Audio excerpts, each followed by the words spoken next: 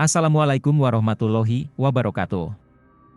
Kita tahu bahwa iblis adalah makhluk satu-satunya yang pernah membangkang kepada Allah Subhanahu wa Ta'ala di dalam surga, hanya karena ia merasa paling baik daripada makhluk ciptaannya, yakni Adam alaihi salam.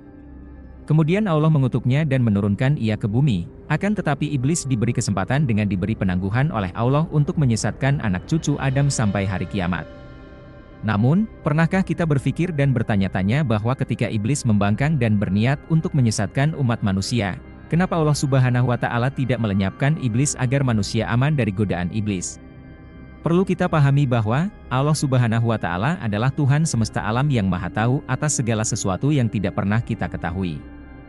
Ketika masa kejayaan Nabi Sulaiman alaihi salam, beliau diberikan mukjizat oleh Allah agar bisa menundukkan jin dan setan. Pernyataan ini ada pada Al-Quran Surat An-Naml ayat 17 yang artinya, dan dihimpunkan untuk Sulaiman tentaranya dari jin, manusia dan burung, lalu mereka itu diatur dengan tertib dalam barisan. Dan dalam Al-Quran Surat Al-Anbiya ayat 82 yang artinya, dan kami telah tundukkan pula kepada Sulaiman segolongan syaiton-syaiton yang menyelam ke dalam laut untuknya dan mengerjakan pekerjaan selain daripada itu, dan adalah kami memelihara mereka itu. Kedua ayat tersebut bahwa Nabi Sulaiman diberi kemampuan untuk menundukkan jin dan setan untuk beliau pekerjakan sebagai bala tentara dan mendirikan bangunan atau pekerjaan lainnya. Akan tetapi, dengan ketundukannya kepada beliau, mereka tidak lepas dari keteguhan di dalam hatinya untuk menyesatkan umat manusia. Dalam suatu riwayat juga menceritakan permohonan Nabi Sulaiman kepada Allah agar beliau bisa memenjarakan iblis agar ia tidak lagi menyesatkan umat manusia.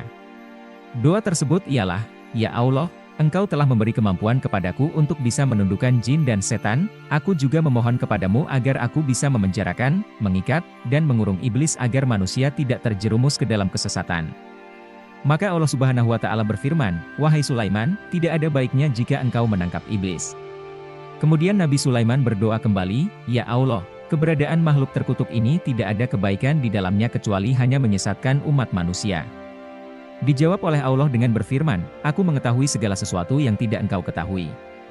Dan kemudian beliau berdoa kembali, "Ya Allah, aku ingin menangkap iblis hanya beberapa hari saja." Maka Allah mengizinkannya dengan berfirman, "Bismillah," dengan menyebut nama Allah, "Tangkaplah iblis."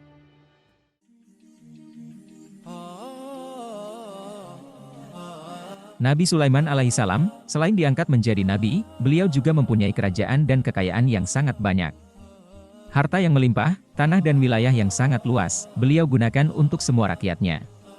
Akan tetapi, untuk memenuhi kebutuhan sendiri atau rumah tangganya, beliau tidak bergantung dengan harta kerajaannya. Beliau selalu mencari rezeki dengan mengutus anak buahnya untuk memperdagangkan sebuah kerajinan tas di pasar. Suatu hari ketika anak buahnya diperintahkan beliau untuk berdagang ke pasar, anak buahnya terheran-heran karena melihat kondisi pasar tersebut sangat sepi, tidak ada seorang pun yang melakukan aktivitas seperti berdagang dan sebagainya. Lantas anak buahnya kembali dan menyampaikan keanehan tersebut kepada Nabi Sulaiman. Namun, saat itu Nabi Sulaiman belum menyadarinya, kemudian keesokan harinya anak buahnya datang ke pasar dan mendapati kejadian seperti sebelumnya. Karena keadaan pasar sepi sehingga anak buah beliau tidak bisa berdagang, setiap malamnya beliau tidak makan dan hanya minum saja.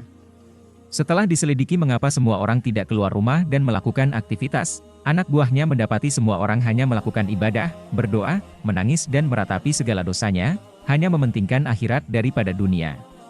Dan disampaikan kepada Nabi Sulaiman atas kejadian tersebut, lalu beliau berdoa kepada Allah, "Ya Allah, sebenarnya apa yang telah terjadi pada semua orang, mengapa semua orang tidak melakukan aktivitas dan bekerja?"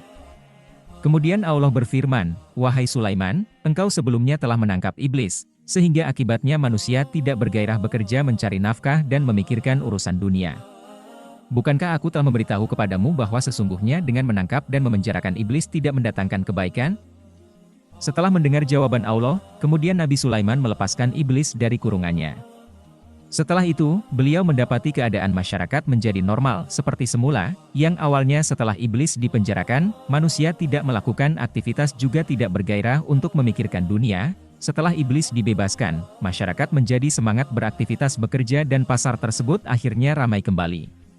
Hikmah dari kisah Nabi Sulaiman menangkap iblis dan memenjarakannya ialah, kita tahu bahwa Allah Subhanahu wa Ta'ala itu tidak melarang manusia untuk bekerja mencari nafkah dan memikirkan dunia asalkan itu halal dan tidak berbuat dosa. Akan tetapi Allah juga memerintahkan kita agar tidak lupa kepadanya. Hanya karena segala kesibukan-kesibukan di dunia, kita lupa untuk melakukan beribadah kepada Allah. Lakukanlah untuk keduanya secara seimbang, seperti kata-kata bijak Islami yaitu, kehidupan dunia dan akhirat di hati seorang manusia ibarat dua skala keseimbangan, ketika salah satunya menjadi berat, maka yang lain akan menjadi ringan. Wallahu a'lam bishawab.